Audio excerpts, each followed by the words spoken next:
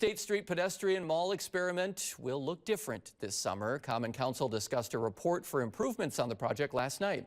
WMTV's Cameron Kelly joins us in studio. And Cameron, there is no dedicated budget for the experiment. That's right. And there's also not enough city staff to run the experiment at the same scale again this year. However, the city's planning division hopes to run a limited experience using existing supplies. You might remember the pink flamingos that you saw. Funds for this project are taken from the operating budget. During last year's experiment, officials did not allocate extra money for the mall this summer. They wanted to gauge how the community felt about it in 2024 before spending more on the project. Madison's planning division says last year was all about trial and error.